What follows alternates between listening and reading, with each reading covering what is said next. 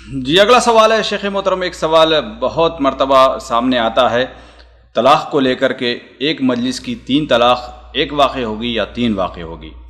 بہت سارے لوگ سوال کرتے ہیں اور بہت سارے ویڈیوز موجود ہیں، ادھر سے بھی دلائل اور ادھر سے بھی دلائل۔ سوال یہاں مختصر یہ ہے کہ 3 طلاق ایک مجلس کی 3 ہوگی، تو جو 3 ہوگی ان کے کیا دلائل ہیں، اور جو کہتے ہیں کہ ایک طلاق واقع ہوگی ان کے کیا دلائل ہیں؟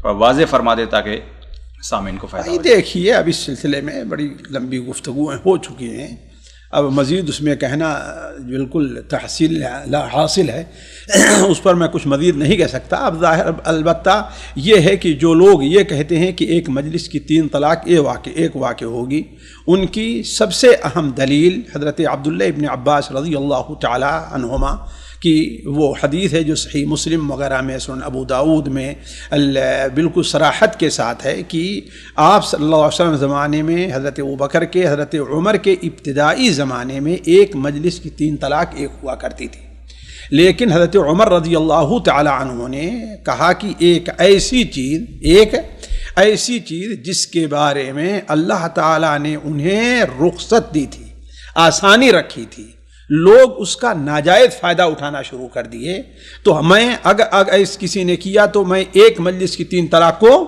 3 نافذ کر دوں گا، اور پھر ایسا کیا بھی آپ نے۔ تو اس سے اصل چیز یہ معلوم ہوتی ہے کہ حضرت عمر رضی اللہ تعالی عنہ نے کے زمانے میں ایک مجلس کی 3 طلاق کو انہوں نے توبیخاً اور بطور تعزیراً قرار دیا تھا، نہ کہ بطور شرعاً قرار دیا تھا۔ اور حاکم وقت کو یہ اختیار ہے کہ کسی ایسی چیز میں دین کے معاملے میں لوگ تلاعب سے کام لینے لگیں تو وہ اس کو جو ہے اس کے اندر اس قسم کی پابندیاں لگا سکتا ہے، جس کی بہت سی مثالیں مل سکتی ہیں، ہے کہ نہیں ہے؟ تو یہ اصل دلیل بنیادی ہے۔ اس کے علاوہ رکانہ والی حدیث ہے جو سنن ابو داود میں ہے، اور وہ تمام طرق کو جمع کیا ہے تو حسن کے درجے کو پہنچ جاتی ہے، تو جس سے معلوم ہوتا ہے کہ اصل یہ ہے کہ ایک مجلس کی 3 طلاق کیا ہے، وہ ایک ہی ہے۔ خاص طور پر اگر وہ ایک الفاظ میں دی گئی ہے، تجھے ہم 3 طلاق دیتے ہیں، تجھے ہم 100 طلاق دیتے ہیں، تجھے ہم 50 طلاق دیتے ہیں، جیسے ہوتا ہے جذبات میں آ کر کے، تو وہ ایک واقع ہوگی۔ اس خود اللہ تعالیٰ قرآن میں فرماتا ہے الطلاق مرتان، اور مفسرین اس میں تمام اسی طرف گئے ہیں، مرتان اے مرتن بعد مرتين، ہے کہ نہیں؟ یہ اصل طلاق ہے، نہ یہ کہ 2 بار طلاق 3 بار طلاق دینا۔ اور یہی تفسیر اگر آپ دیکھیں، یا ایھا النبی اذا طلقتم النساء فطلقوهن لعدتهن، اب اس کی تفسیر میں جو حدیث حضرت عبداللہ ابن عمر کی ہے، عبداللہ ابن عمر کی ہے، اس کو بھی دیکھیں تو آپ نے جو طریقہ بتایا ہے کہ یہ اس طریقے سے ہے، تو اصل بھی یہ ہے، اور اس کو سب مانتے بھی ہیں کہ سنت کا طریقہ یہی ہے، سنت، اور وہ بدعی طریقہ ہے۔ لیکن اب بدعی طریقہ ہے تو واقع ہوگا کہ تینوں واقع ہو جائے کہ نہیں؟ تو کچھ جو لوگ عموماً جیسے جمہور علماء اسی طرف، جو کہ جمہور کبیر اس طرف گئے ہیں کہ ایک مجلس کی 3 طلاق حضرت عمر کے زمانے میں جب نافذ ہو گئی تو اب نافذ ہے، اور جو سے علماء اہل حدیث ہیں اور ان کے بہت سے مقتدا آگے تک پائے جاتے ہیں صحابہ و تابعین کے زمانے سے لے کر کے، کہ وہ یہ ہے کہ نہیں، حضرت عمر رضی اللہ تعالی عنہ نے یہ مصلحت کے طور پر کیا تھا، اور حاکم وقت کو یہ اس سے اختیار حاصل ہے کہ علیکم بسنتی و سنت الخلفاء الراشدین المہدیین، کہ اگر حاکم وقت دیکھے تو ایسا کر سکتا ہے، لیکن اصل کیا ہے؟ وہ سنت نبوی ایک، یہ ہے اصل۔ لیکن جن لوگوں نے کہا کہ ایک مجلس 3 طلاق واقع ہو جاتی ہے، وہ اسی کو بنیاد بنائے، اور وہ کوشش کرتے ہیں کہ اس حدیث کو جو حضرت عطا سے یا صحابہ سے جو مروی ہے، حضرت عبداللہ ابن عباس کے واسطے سے کی حدیث جو مروی ہے، وہ یہ کہتے ہیں کہ اسے محمول کیا جائے کہ یہ حدیث یا تو اپنے صحیح معنی میں نہیں آئی ہمارے پاس، یا پھر یہ حدیث مدخول بہا نہیں بلکہ غیر مدخول بہا کے بارے میں ہے۔ جیسا کہ اس سلسلے میں ایک ضعیف روایت سنن ابو داود میں، سنن نسائی میں ہے کہ یہ اس کے بارے میں ہے جس جو غیر مدخول بہا ہو، یعنی ابھی اس کی رخصتی نہ ہوئی ہو، تو اس کے اوپر محمول کیا جائے۔ یہ ان لوگوں کا جواب ہے اور دلیل ہے۔ جی نہیں، وہ لوگ جو یہ کہتے ہیں کہ یہ اجماع کے خلاف ہے، اور بالکل تمام چاروں ائمہ اور تمام علماء حتیٰ کہ بس یہ 7ویں 8ویں صدی میں امام ابن تیمیہ رحمۃ اللہ علیہ کا بس یہ اجتہاد ہے، ان کی اجتہادی غلطی ہے. بھائی دیکھیے اب اور اس کی کوئی دلیل نہیں ہے ان کے پاس. یہ دعویٰ کرنا میں نہیں سمجھتا کہ یہ صحیح ہے. اگر امام ابن القیم رحمہ اللہ کتاب اغاثۃ اللحفان پڑھ لیے ہوتے تو یہ ان کے شبہات زائل ہو گئے ہوتے. دیکھیے میں یہ نہیں کہتا کہ وہ جس موقف میں ہے ان کی تردید اصل نہیں ہے، وہ ہو سکتا ہے کہ اللہ انہیں کا موقف صحیح ہو، لیکن یہ دعویٰ کرنا کہ امام ابن تیمیہ رحمہ اللہ نے اجماع کے، آپ یہ کہیے کہ ائمہ اربعہ کے مسلک کا خلاف کیا ہے تو ٹھیک ہے، لیکن اجماع کے خلاف میں یہ نہیں سمجھتا. اس لیے کہ بہت سے دلائل پائے جاتے ہیں. خود امام طحاوی رحمہ اللہ جو امام ابن تیمیہ سے بہت پہلے ہیں، صاف الفاظ میں کہا وقال قوم، ایک قوم نے کہا ہے کہ ایک اگر بار طلاق دیتا ہے تو ایک ہی واقع ہوگی. ظاہر بات ہے یہ معتبر امام ہیں، شرح معانی الاثار کے اندر نقل کر رہے ہیں، اور قوم کہہ رہے ہیں، کوئی ایک آدمی نہیں کہہ رہا ہے. اس کی سب سے واضح دلیل اگر آپ دیکھنا چاہیں تو وہ شاملہ کے اندر موجود ہے، الشروط نام ہے شاید ان کا ابن مغیث کا، ابو جعفر. یہ 409 میں شاید ان کی پیدائش ہے، یعنی یہ 5ویں ہجری کے ہیں. امام ابن تیمیہ سے سمجھیے کہ 150-200 سال پہلے کے ہیں. وہ اپنے اساتذہ کا عمل نقل کرتے ہیں. وہ یہ ہے کہ ایک مجلس کی 3 طلاق کو ایک ہی مانا جاتا تھا، اور ان کے کہنے کے مطابق ہمارے استاد اس کے اوپر فتویٰ دیتے تھے، اور یہی ہمارے ہاں مسلک رائج تھا. اس طریقے سے بہت سے مالکیہ کے اقوال اگر دیکھا جائیں، القیروانی وغیرہ کے اقوال دیکھے جائیں، جنہیں کہا جاتا تھا کہ المالک الصغیر ہے نا، تو ان کے بھی اقوال پائے جاتے ہیں کہ ہاں بھائی ایک مجلس کی 3 طلاق ایک ہی ہوا کرتی تھی. تو آپ یہ تو کہیے کہ ائمہ اربعہ یا فقہائے ائمہ اربعہ کی اکثریت، کبیر اکثریت جمہور اس طرف گئے ہیں، لیکن اجماع کا دعویٰ کرنا میں نہیں سمجھتا کہ یہ بات صحیح ہے.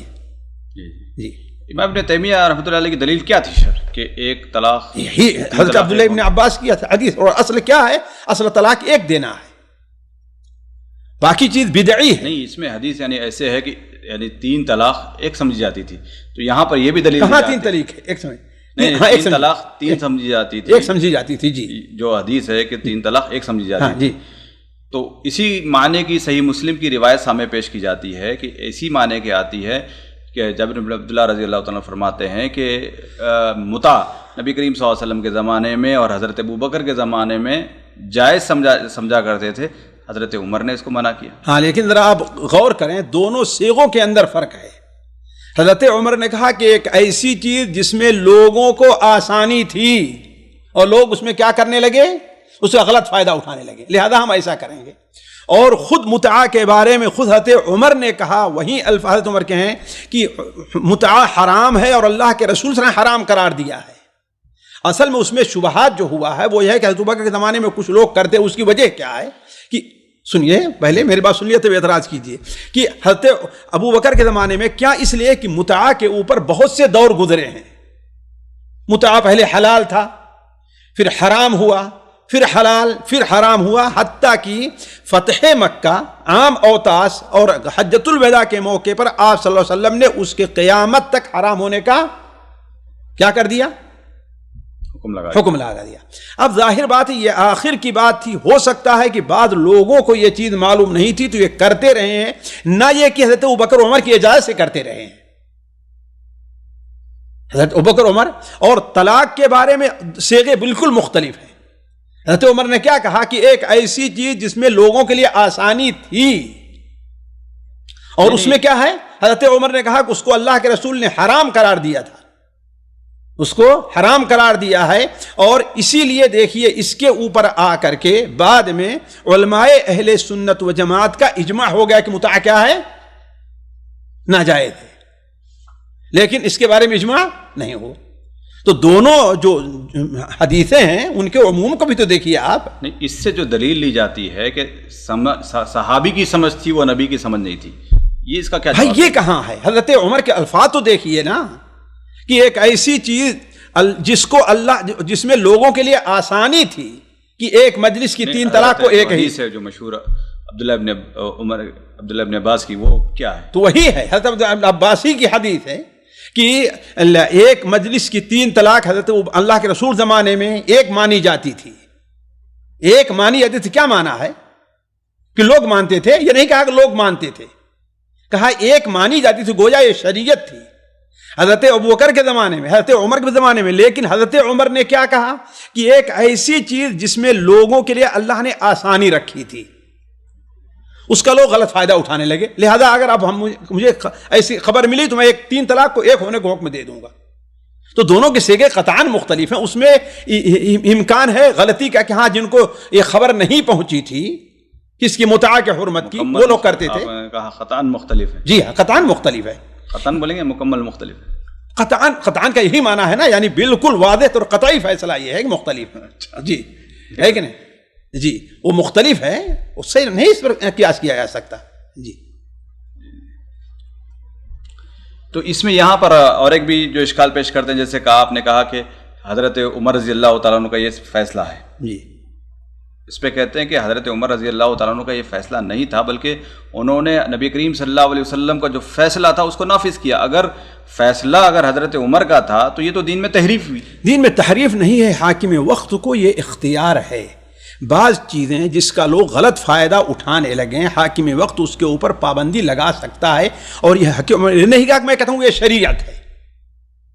اب مثال کے طور پر شیخ اسے ہو یہاں پر ایک کیا ہے، خرید و فروخت کے اندر بے نامہ کیا ہے اس کی ایک اجازت ہے، لیکن اب اس کی وجہ سے لوگوں میں بڑا لڑائی شروع ہو جائے، اختلاف شروع ہو جائے، تو حاکم کہتا ہے میں اس کو نہیں کہتا ناجائز نہیں ہے، لیکن یہ ہے کہ یہ ایک مصلحت ہے کہ اس کو اس وقت، جیسے ابھی دیکھ لیجیے آپ یہ جو اس کا مسئلہ آیا ہے ابھی کرونا میں، کیا ہے جماعت کے اندر دوری کا مسئلہ ہے، کوئی نہیں کہتا ہے یہ، لیکن کیا ہے ایک مصلحت اس میں ہے، لہذا اس کو ہم، اب آپ کیا کہیں گے؟ اللہ کے رسول صلی اللہ علیہ وسلم تو یہ کہتے ہیں کہ ہاں سد الخلل، اور حاکم ہمیں تو شریعت بدل دے رہا ہے، شریعت بدل نہیں رہا ہے، وہ لوگوں کی مصلحت، لوگوں کو فائدہ کیا ہے اس میں ہے، اور ایک بسا اوقات جہاں پر ضرر ہو وہاں پر ایک واجب چیز نہ ہو تو کسی مجبوری کی بنیاد پر اس واجب کو چھوڑا جا سکتا ہے۔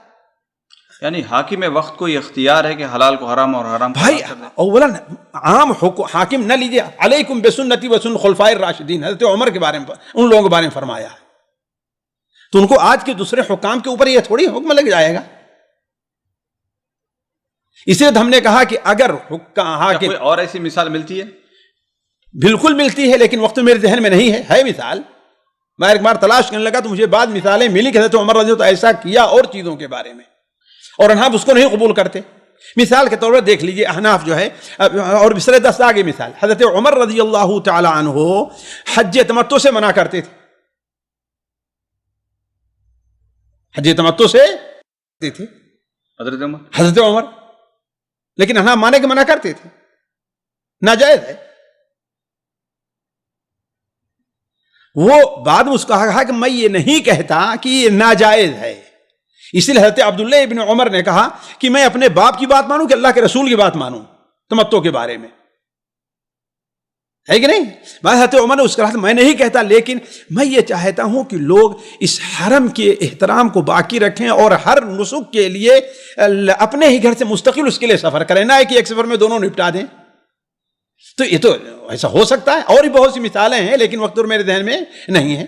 یہ کہا جاتا ہے جیسے حضرت وہ واقعہ مشہور ہے کہ حضرت عمر رضی اللہ تعالیٰ عنہ نے مہر کی مقدار وہ مقرر تو علی کل حال مجھے معلوم ہے، لیکن وہ لوگ بھی مانتے ہیں، لیکن میرے نزدیک ہم نے پڑھا ہے علماء سے کہ اس کی سند صحیح نہیں ہے، اس قصے کی، اس واقعے کی سند صحیح نہیں ہے، لیکن اگر واقع ہو جائے تو ایک دوسرا واقعہ ہے، اگر صحیح ہو جائے تو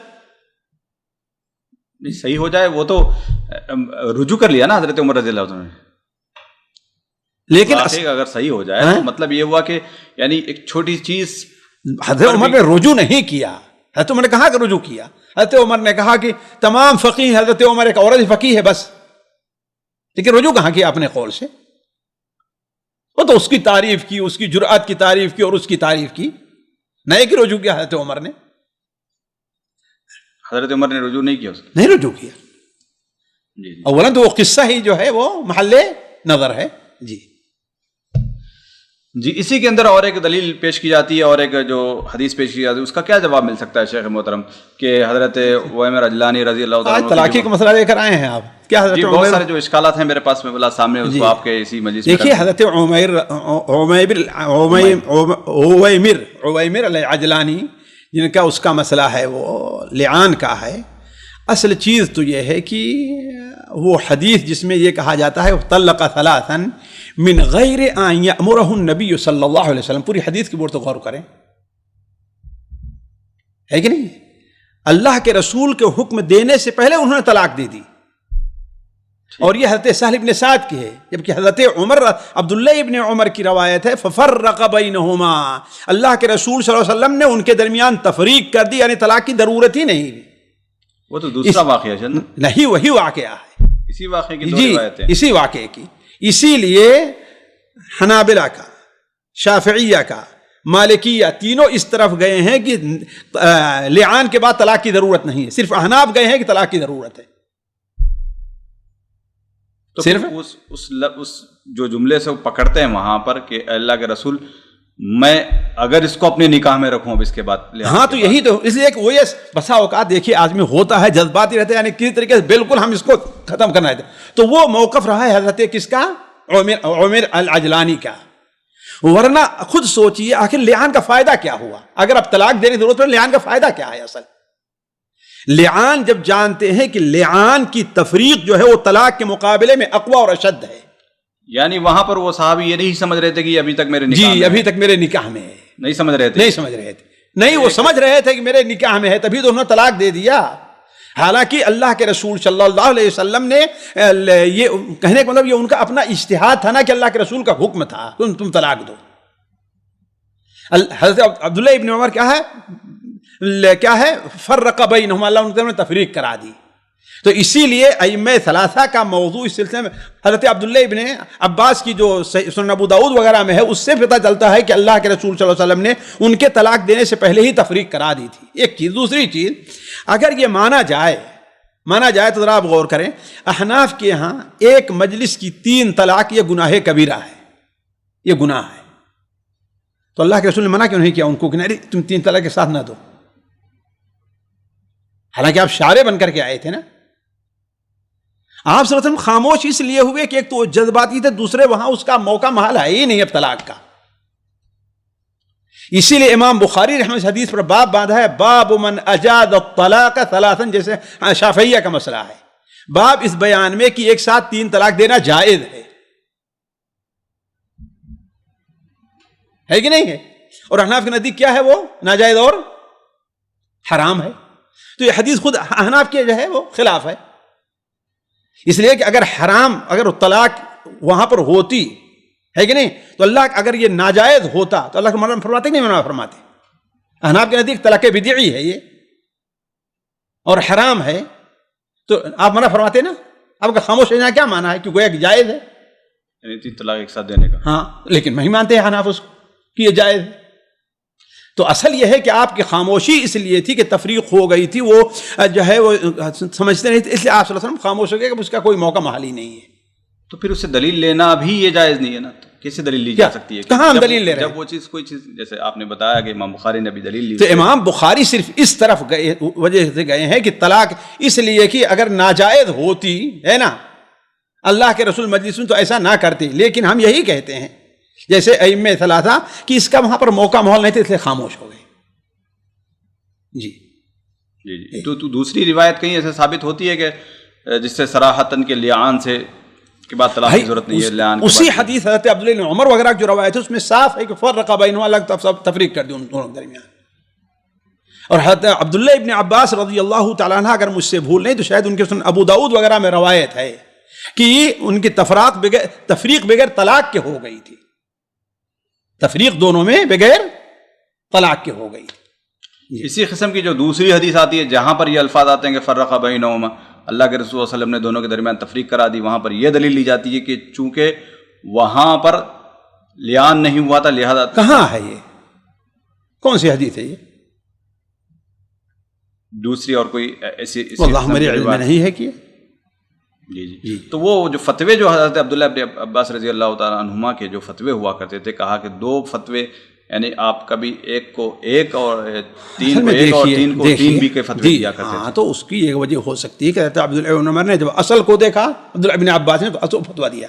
لیکن ظاہر بات ہے عبداللہ ابن عباس یہ بھی ایک کیا ہیں وہ حضرت عمر کے ایک پبلک ایک رعیہ کی طریقے سے ہیں. ظاہر بات حاکم وقت کی مخالفت وہ نہیں کر رہے ہیں. لیکن دلیل تو وہ حاکم وقت کی بات کو تو نہیں دے رہے ہیں کہ حکومت. اسی لیے بتا بھی دیا لوگوں سے کہ اصل چیز یہ ہے، اصل چیز یہ ہے. لیکن انہوں نے قرآن کی آیت کو وہاں پر کہاں ہے قرآن کی آیت؟ عبداللہ ابن عباس کے فتوے کے اندر قرآن مجید کی سورہ طلاق کی آیت من یتق اللہ والی جو ہے بھائی دیکھیے ایک عام لفظ ہے، مفسرین کی تفسیر کی طرف جائیے تو وہ اس سے قطعاً مختلف تفسیر کرتے ہیں، یہ بھی اس کے اندر داخل ہوتا ہے. یہ دیکھیے ہمیں یہ چاہیے کہ ہم وہاں پر صراحت النص پیش کریں، یہ صرف اشارت النص ایک آپ کا ہے. جہاں پر صراحت النص موجود ہے وہاں پر اشارت النص سے کام نہیں چلتا ہے. اب صراحت النص لے آئیے کوئی کہ اللہ کے رسول صلی اللہ علیہ وسلم نے ایسا کر دیا ہو. جی ان کی تو سب سے بڑی تو دلیل یہی ہے کہ کوئی صحیح دلیل ہے ہی نہیں صاف. بھائی اس کو کیا کہیں گے آپ؟ اس کو تو پھر وہی متوالی حدیث تو دیکھیں دونوں بس وہی ہے ہمارا جواب. اب خود یہ ہے کتنا فرق ہے دونوں میں. کیا اس کے بارے میں کہیں وارد ہے حضرت عمر سے ایک ضعیف روایت بھی کہ حضرت عمر رضی اللہ عنہ یہ کہا ہو کہ ایک مجلس کی 3 طلاق 3 ہوتی ہے؟ اللہ کے رسول کا، جبکہ اس میں آپ حضرت عمر سے کیا ثابت ہے کہ حضرت عمر نے کہا کہ حرام ہے، اللہ کے رسول نے حرام قرار دیا اس لیے ہم حرام قرار دے رہے ہیں. اور یہاں پر کیا کہہ رہے ہیں کہ اللہ کے رسول کے زمانے میں جائز تھی لیکن جی شیخ محترم اگلا سوال ہے اسی کے قریب کا ساتھی پوچھتے ہیں کہ بنا نیت کے اگر طلاق اگر کوئی دے تو اس کا کیا حکم بنتا ہے؟ یعنی نیت نہیں ہے اور طلاق کے الفاظ نکال دیے. بھائی دیکھیے نیت نہیں ہے، طلاق کے الفاظ یہ اپنے طور پر بیوی کو سنا رہا ہے، یعنی بیوی کو طلاق دے رہا ہے اور بعد میں کہتا ہے کہ ہم نے ہماری نیت نہیں. یہ نہیں مانا جائے گا، یہ نہیں مانا جائے گا. یعنی طلاق واقع ہو جائے گی. طلاق ثلاث جدہن جد وحزلہن جد. یہ کوئی طلاق تھوڑی ہے کہ ہاں بھائی میری نیت نہیں تمہیں طلاق دینے کی. جی اگر اس میں کنائے والے جو الفاظ ہیں، ہاں تو کنائے والے الفاظ طلاق واقع نہیں ہوگی، ہونا کی ضرورت ہے کہ نیت ہو وہاں پر. ٹھیک ہے ہمارے گھر سے چلے جاؤ، ہمارا تمہارا کوئی تعلق نہیں ہے، تم آزاد ہو، تم آزاد ہو جاؤ. اس قسم کے الفاظ جو کنائی ہیں ٹھیک ہے استعمال کر سکتا ہے اس کو ڈرانے دھمکانے کے لیے. چلو اپنا بستر اٹھاؤ جاؤ. جی ہمارے ساتھ نہیں رہنا چاہتے تو اپنا بستر اٹھاؤ جاؤ. جی اسی کے قریب کا سوال ساتھی پوچھتے ہیں کہ اگر شوہر یہ کہہ دے کہ اگر تم نے اگر یہ کام کیا، یعنی تم اپنے میکے چلی گئی یا تم بازار چلے گئی یا تم نے کوئی چیز خرید لیا تو تمہیں طلاق ہے، تو اگر اس نے وہ چیز خرید لیا یا گھر چلے گئی یا کسی جگہ چلے گئی تو واقع ہوگی یا نہیں ہوگی؟ بھائی اصل یہ ہے کہ طلاق واقع ہو جائے گی، اصل یہ ہے کہ طلاق واقع ہو جائے گی. لیکن ایک صورت یہاں پر ہو سکتی ہے کہ اب یہ دیکھا جائے کہ اس کا مقصد اور ارادہ کیا ہے. اگر اس کا مقصد ارادہ یہ رہے کہ یہ اس طریقے بغیر اس کے یہ ماننے والی نہیں ہے، اپنی بات پڑی رہے گی جب میں ایسا ہوں تبھی مانے گی اور میں اس کو چھوڑنا نہیں چاہتا، تو گویا کہ یہ قسم کے معنی میں ہے. یہ امام ابن تیمیہ کی رائے ہے، لیکن میں یہ کہتا ہوں کہ اس چیز کو عام نہ کیا جائے، اس چیز کو عام نہ کیا جائے. یہ خاص کوئی آدمی آئے کسی مفتی کے پاس اور وہ دیکھے کہ فعلاً وہ اس سے، ورنہ ہر آدمی کہے گا میری نیت تو یہ نہیں تھی. جانتے ہیں آج لوگوں کے درمیان سے تقوی اور یہ چیزیں کیا ہیں وہ کم ہوتی جا رہی ہیں. تو یہ اصل یہ ہے کہ ہاں ٹھیک ہے چلی گئی طلاق واقع ہو گئی. اسی کیا دلیل کس کی؟ اس لیے کہ بنا نیت کے اگر طلاق جو کہتے ہیں شیخ ابن باز وغیرہ فتویٰ ہے میرے خیال سے، اصل میں شیخ ابن باز وغیرہ نے کہا کہ اصل مقصد اس کا وہاں پر طلاق نہیں روکنا ہے. یہ نہیں کہا تجھے طلاق ہے، کیا ہے روکنا ہے، معلق کیا ہے نا. لیکن وہاں پر جب وہ کہا تجھے ہاں بھائی تجھے طلاق ہے ہنس کر کے تو گویا میرا مذاق، تو ظاہر اس میں صراحتاً نص آیا ہے ثلاث جدہن جد وحزلہن جد. لیکن وہاں پر نہیں تجھے طلاق کہا کہ اگر ایسا کیا تو طلاق دے دوں گا، طلاق ہو جائے گی. لیکن اصل کیا ہے، مثلا مقصد کیا ہے، وہ اصل تاکید روکنا اس کا مقصد ہے. جی تو یہ دلیل کہاں سے لاتی ہیں شیخ، جو نیت سے طلاق ہوگی یا نیت سے نہیں طلاق ہوگی؟ تو علماء کرام دلیل کہاں سے لاتے ہیں قرآن و سنت سے اس کی؟ کہتے ہیں کہ انما الاعمال بالنیات. تو جب صاف جو الفاظ ہیں تو الفاظ ہیں، دیکھیں وہاں پر اس کو لفظ بولنے کی اس کی نیت ہے، وہ نیت کر رہا ہے لفظ بولنے کی کہ نہیں کر رہا ہے وہ. اور یہاں جو ہے وہ اصل کیا کہتے ہیں کہ یہاں اصل میں وہ اس کی نیت جو ہے وہ زبان سے طلاق نہیں بلکہ اس کے روکنے کی ہے. یہ فرق کرتے ہیں. تو علماء حناف اس کو کیوں نہیں مانتے پھر؟ بھائی اصل یہی ہے کہ اس نے کہا نہیں ماننا چاہیے، اور صرف علماء حناف نہیں بلکہ جمہور کبیر علماء یہی نہیں مانتے ہیں اس کو. یہ بھی اجماع کہتے ہیں لوگ. جی کہتے ہیں جمہور کبیر نہیں مانتے ہیں. اس لیے میں کہتا ہوں کہ اس کو جو ہے عام نہیں، کوئی خاص آدمی ہو کسی مفتی کے پاس جائے اور سمجھے کہ ہاں بھائی اس میں سنجیدگی ہے، یہ تلاعب نہیں ہے، تو ٹھیک ہو سکتا ہے، ورنہ نہیں. کہ اس سے بار بار اسے روکا بھی گیا، کئی بار منع بھی کیا گیا، پھر بھی نہیں مانی، تو ہم نے کہا بغیر اس اسلوب کے وہ نہیں مانے گی تو ٹھیک ہے، بتائیے مجبور ہے کسی کا قول یہ استعمال کر لے تو، ورنہ ظاہر بات ہے ہم جیسے چھوٹے آدمی کو اس کا فتویٰ نہیں دیتا. یعنی اگر کوئی ہمارے پاس سوال کرے، شیخ کہے کہ شیخ ہم نے بیوی سے کہا تھا کہ اگر تو اپنے میکے چلی جائے تو تمہیں طلاق ہے، تو اب کیا کریں؟ ہم کہیں ٹھیک ہے جاؤ قاضی کے پاس جاؤ، کیا فیصلہ کرتا ہے. یہاں اسی لیے بہت اچھا مجھے یہاں پر لگا کہ یہ فتویٰ نہیں دیکھا کہ جاؤ مفتی کے پاس جاؤ. ایسے تم جاؤ جہاں پر فتویٰ کمیٹیاں ہیں، فتویٰ کی جیسے اسکول ہیں، وہاں پر جا کے لکھ بھیجو جو کیا فتویٰ دیتے ہیں. تو وہاں پہ تو وہی لفڑا ہوگا، اہل حدیث کے پاس جائیں گے تو نہیں ہوگی. سب اہل حدیث نہیں دیں گے، ظاہر بات ہے. اس لیے یہ نہیں کہ ہر آدمی اہل حدیث دے رہا ہے اسے. جی یعنی یہاں پر بھی احتیاط کا پہلو. بالکل احتیاط کا پہلو. اسی کے قریب کا اگلا سوال ہے، ساتھی پوچھتے ہیں کہ شوہر طلاق دے مگر اس کے بعد مکر جائے کہ ہم نے دیا ہی نہیں، جبکہ گواہ موجود ہے کہ اس نے دیا ہے، تو کیا حکم ہوگا؟ ظاہر بات گواہ کی بات مانی جائے گی، اس کی بات نہیں مانی جائے گی. اگر بیوی گواہ پیش کر دیتی ہے تو مانی جائے گی. گواہ جھوٹی بھی تو ہو سکتی. بھائی تو اب یہ تو کہ شوہر کا مسئلہ تو ہے نہیں ہے، یہ تو کورٹ کا مسئلہ ہے. گواہی ایسے لوگوں کی لی ہی جائے گی کہ جو عادتاً جھوٹ نہیں بولتے ہیں، شرع کے پابند ہیں. اب انڈیا میں کون سا شرع وغیرہ دیکھا جائے گا؟ وہ تو کورٹ میں جائیں گے، تو کوئی پھر ایک وٹنس لائیں، ایک وٹنس کو سائن کرے گا 2000 ریال. بھائی ہر آدمی اپنا حق دنیا ہی میں نہیں حاصل کر. اللہ نے آخرت کیوں بنائی ہے؟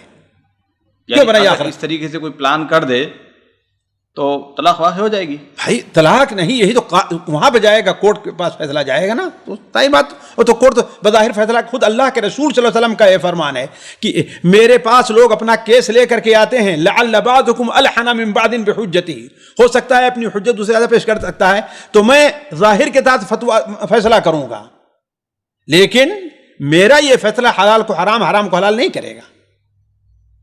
جی ظاہر بات ہے، کوئی مفتی ہوگا تو ظاہر فیصلہ کرے گا. اچھا یہاں پر گھر کے اندر لڑائی ہوئی، طلاق دیا، میاں اور بیوی دونوں ہی تھے. جی اب یہاں پر اعتراض ہو گیا تو کس کی بات مانی؟ شوہر سے حلف لیا جائے گا. اگر حلف لے لیتا ہے تو ٹھیک ہے، گنہگار وہ ہوگا، بیوی پر کوئی گناہ نہیں ہوگا.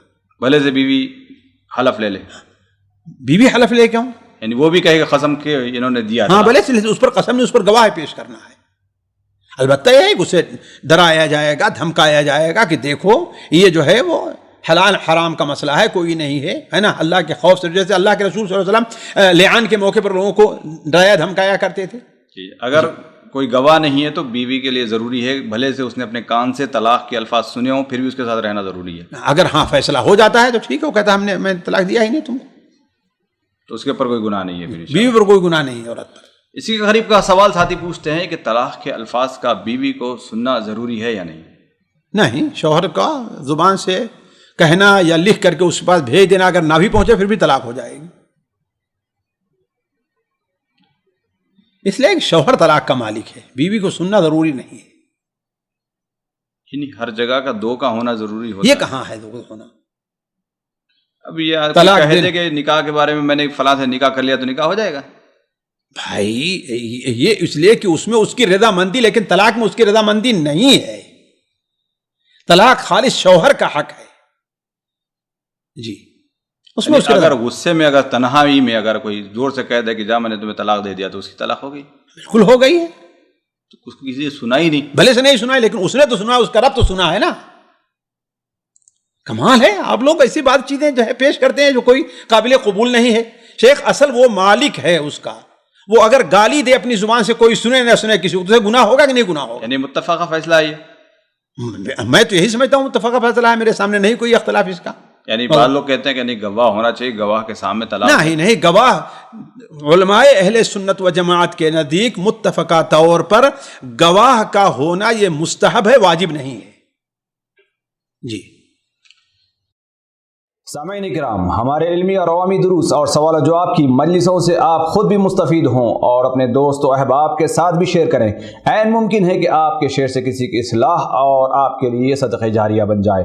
واٹس ایپ پر اسلامک میسج حاصل کرنے کے لیے نمبر نوٹ فرمائیں: یعقوب عزیز 00966 5089 59707. واٹس ایپ سوال و جواب گروپ میں ایڈ ہونے کے لیے نمبر نوٹ فرمائیں: عبدالسلام عمری 00966 502627 622. نمبر بھیجتے ہوئے نام اور پتہ ضرور لکھیں. اسی طرح ہمارے یوٹیوب چینل اسلامی دعویٰ کو ضرور سبسکرائب کریں تاکہ ہماری ہر نئی اور اہم ویڈیو کی اطلاع آپ کو فوری حاصل ہو جائے. تمام دروس، مقالات اور سوال و جواب سیریز کے لیے ہماری مشہور ویب سائٹ www.islamidawah.com کا مشاہدہ کرتے رہیں. السلام علیکم ورحمۃ اللہ وبرکاتہ.